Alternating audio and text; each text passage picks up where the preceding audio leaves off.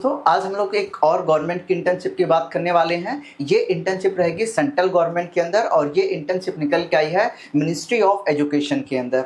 तो इस इंटर्नशिप में आपको टोटल हर महीने 25,000 रुपये दिए जाएंगे। इस इंटर्नशिप की जो ड्यूरेशन है, जितने टाइम तक ये इंटर्नशिप चलेगी वो लगभग 6 महीने का इसका ड्यूरेशन रहेगा। इस इंटर्नशिप की अगर मैं लोकेशन की बात करूँ तो कहाँ पे आपको ये इंटर्नशिप आके करना होगा, ये इंटर्नशिप आपको दिल्ली के अंदर आके करनी पड़ेगी। तो इस इंटर्नशिप में कौन कौन लोग एलिजिबल हैं और इसके लिए और भी क्या क्या इन्फॉर्मेशन है, वो सारी की सारी चीज़ें इनके ऑफिशियल वेबसाइट पे है। लिंक मैं डिस्क्रिप्शन बॉक्स में डाल दूंगा और मैं एक एक चीज़ को आपके लिए यहाँ पे एक्सप्लेन कर रहा हूँ। आप तसल्लीपूर्वक वीडियो को देखिए और समझिए कि कौन कौन लोग एलिजिबल हैं और कौन कौन लोग इसे अप्लाई कर सकते हैं और कैसे अप्लाई करना है, ये भी बहुत ज़रूरी है। अगर आप यहाँ से इंटर्नशिप करते हैं तो 25,000 रुपये हर महीना तो मिलेगा ही मिलेगा। आपको एक अंत में एक सर्टिफिकेट दिया जाएगा, जिस सर्टिफिकेट के बेस पे आप किसी प्राइवेट कंपनी में जॉब ले सकते हो, क्योंकि तब तक आपको इस फील्ड में एक्सपीरियंस मिल चुका होगा।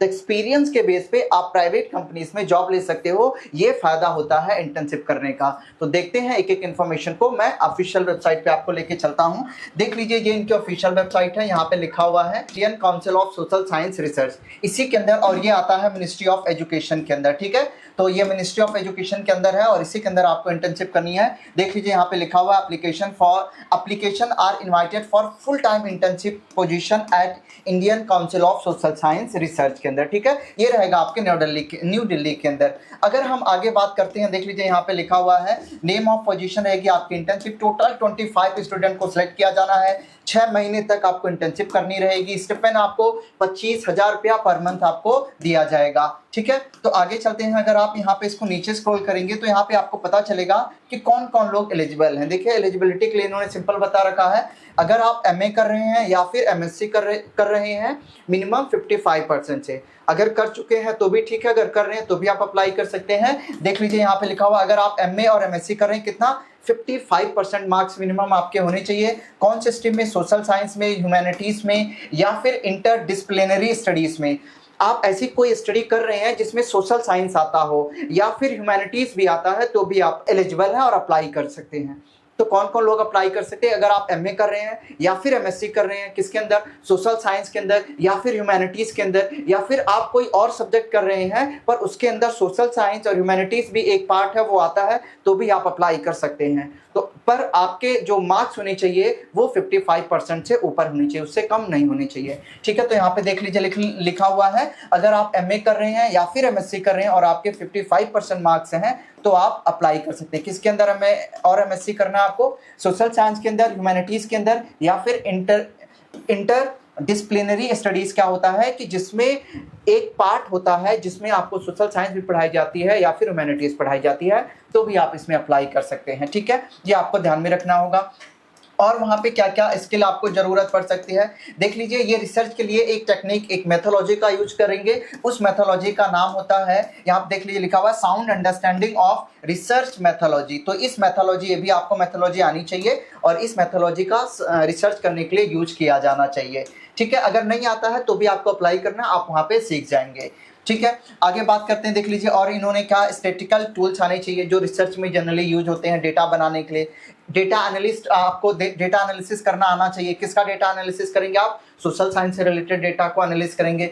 या फिर कम्युनिकेशन आपकी स्किल अच्छी होनी चाहिए। तो 2-3 चीज़ें इनकी ज़रूरत है। आपकी कम्युनिकेशन स्किल अच्छी होनी चाहिए, आपको डेटा एनालाइज करना आना चाहिए और आपको स्टैटिस्टिकल टूल्स भी आने चाहिए जो जनरली डेटा को एनालाइज करने के लिए यूज किए जाते हैं। ये ऑनलाइन होते हैं टूल्स। ठीक है, और आप देख लीजिए एक चीज़ यहाँ पे है, और आपको क्या आना चाहिए, आपकी प्रोफिशिएंसी होनी चाहिए एमएस ऑफिस के अंदर। ठीक है, तो ये ध्यान रखिए, एमएस ऑफिस आपको आना चाहिए। ये सारी चीज़ें आपको आनी चाहिए जो अभी मैंने आपको एक्सप्लेन किया हुआ है। तो तसल्लीपूर्वक इसे देख लीजिए और अच्छे से इसको अप्लाई करना। ठीक है, तो अब हमने एलिजिबिलिटी क्राइटेरिया बात कर लिया है। सिलेक्शन इनकी कमेटी ही करेगी। जब आपका सिलेक्शन हो जाएगा तो ये खुद ही इंटरेक्शन के लिए आपको बुलाएंगे। तो आपको सिर्फ फॉर्म भरना है और किसी चीज़ की टेंशन नहीं लेनी है। आगे देख लेते हैं, इन्होंने क्या रखा है कि ये सिर्फ एक इंटर्नशिप रहेगी, जॉब के लिए ये श्योरिटी नहीं देंगे, तो ये इंटर्नशिप ही रहेगी for sure. Last date internship की कब है? 26/8/2024। तो 26 अगस्त को इसकी लास्ट डेट है, तो उससे पहले आपको इसको अप्लाई कर लेना है। ठीक है, तो ये इसके ऑफिस में ही रहेगी। आपको इंटर्नशिप आपको करना होगा, जो कि दिल्ली में रहेगा। आपको Monday to Friday normal people की तरह इंटर्नशिप करना होगा 9:30 बजे से लेकर 6 बजे तक, ठीक है। और महीने में आपको एक छुट्टी दी जाएगी। सैटरडे संडे ऑब्वियस सी बात है छुट्टी रहेगी, बट इसके अलावा भी आप एक छुट्टी ले सकते हो एक महीने में। और 9:30 से 6 बजे तक आपको इंटर्नशिप करनी पड़ेगी। ये बात आपको ध्यान में रख लीजिए, ठीक है। आगे चलते हैं, इसको अप्लाई कैसे करना है। अप्लाई करने के लिए सिंपल है, ये देख लीजिए यहाँ पे गूगल फॉर्म का लिंक दिया गया है। इस गूगल फॉर्म के लिंक पे जैसे ही क्लिक करेंगे तो आपका गूगल फॉर्म खुल जाएगा। तो इस तरीके से आपका गूगल फॉर्म खुलेगा और इसी के अंदर आपको अप्लाई करना है। यहाँ पे लिखा Indian Council of Social Science research, ठीक है। तो इस बात का ध्यान दीजिए आप। यहाँ पे आपको सबसे पहले अपनी पर्सनल इंफॉर्मेशन भरनी है। आप अपना नाम भरेंगे, डेट ऑफ बर्थ भरेंगे, ठीक है। Age as on the last date of application, ठीक है। आप लास्ट डेट ऑफ 28 अगस्त को कितने साल के हो जाएंगे, यहाँ पे आपको डेट मेंशन करनी है। 28 अगस्त को आप कितने साल के होंगे, यहाँ पे आपको अपनी एज मेंशन करनी है कि आप 28 अगस्त को कितने साल के हो जाएंगे, ठीक है। आप अपना यहाँ पे जेंडर भरेंगे, यहाँ पे आप अपना कैटेगरी भरेंगे, SC ST OBC है, जनरल है, क्या है। यहाँ पे आप अपना फुल एड्रेस भरेंगे, फिर अपनी ईमेल ID, मोबाइल नंबर। आपको यहाँ पे अपना एजुकेशन एंड वर्क एक्सपीरियंस डालना है। तो आपके हाईएस्ट एजुकेशन क्या, मान लीजिए आपको यहाँ पे लिखना है कि आपके हाईएस्ट एजुकेशन क्या है। जैसे अगर ग्रेजुएशन है तो ग्रेजुएशन लिखेंगे, पोस्ट ग्रेजुएशन है तो पोस्ट ग्रेजुएशन लिखेंगे, किसी ने PhD कर रखा तो PhD लिखेगा। तो जो आपके हाईएस्ट एजुकेशन क्वालिफिकेशन होगी वो यहाँ पे आपको लिखनी होगी, ठीक है। और आपको यहाँ पे अपने हाईएस्ट एजुकेशन की परसेंटेज डालनी है कि उसमें आपने जो आपके हाईएस्ट एजुकेशन उसमें आपकी कितनी परसेंटेज है, ठीक है। यहाँ पे हाईएस्ट एजुकेशन के सब्जेक्ट डालने हैं कि हाईएस्ट एजुकेशन जो आपने, मान लीजिए किसी ने ग्रेजुएशन कर रखा है तो ग्रेजुएशन के सब्जेक्ट यहाँ पे डालेगा।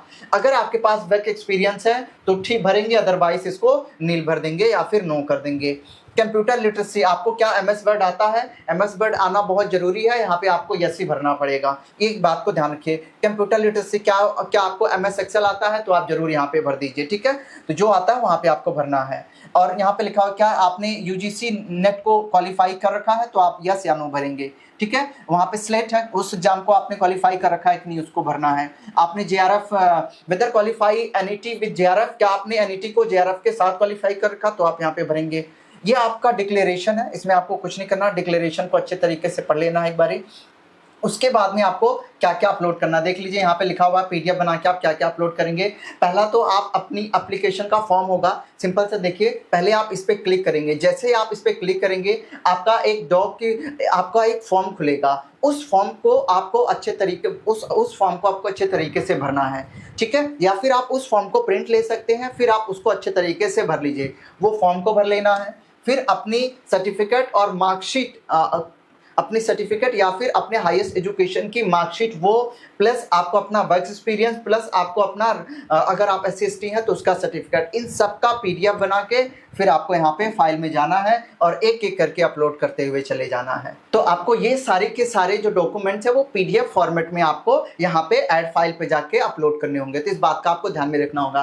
पहला आपको ये जो एप्लीकेंट का प्रिस्क्राइब फॉर्मेट है उसको डाउनलोड करके भर के स्कैन कर लेना है वो, प्लस आपको अपनी सर्टिफिकेट, प्लस आपका अपना वर्क एक्सपीरियंस, प्लस आपका कौन से कैटेगरी से उसका सर्टिफिकेट, इस पे अपलोड करके सबमिट कर देना है। तो इस तरीके से आपका पूरा फॉर्म सबमिट हो जाएगा। आपको कोई कुछ काम नहीं करना, सबमिट करके वेट करना है। इनके ऑफिशियल वेबसाइट से ही आपको पता चलेगा आपका सिलेक्शन हुआ है कि नहीं। या फिर दूसरा तरीका ये है, आपको ईमेल भी आएगा। तो आपको रेगुलर बेसिस पे अपने ईमेल और इनके ऑफिशियल वेबसाइट को चेक करते रहना है कि जैसे ही इनका रिजल्ट आए वो आपको पता चल जाए, ठीक है। तो इस बात का ध्यान में रखना है। तो इंटर्नशिप बहुत अच्छी है। अगर आपको कोई भी डाउट आता है तो आप प्लीज़ मेरे तक पहुंच सकते हैं, कमेंट कर सकते हैं, व्हाट्सएप का ग्रुप ज्वाइन कर सकते हैं या इंस्टा पे आप मेरे से पूछ सकते हैं, क्योंकि अभी मेरा नेट थोड़ा स्लो चल रहा है, इसकी वजह से सारी PDF अभी डाउनलोड हो नहीं पा रही है, ठीक है। तो मैंने आपको बेसिकली बता दिया आपको करना किस तरीके से है और किस तरीके से इस फॉर्म को भरना है। तो जल्दी से जल्दी अप्लाई कीजिए, 28 अगस्त इसकी लास्ट डेट है और आप अपने दोस्तों के साथ भी शेयर कर सकते हैं। फिलहाल के लिए मैं इतना ही रखूँगा, मिलूंगा अगली वीडियो में।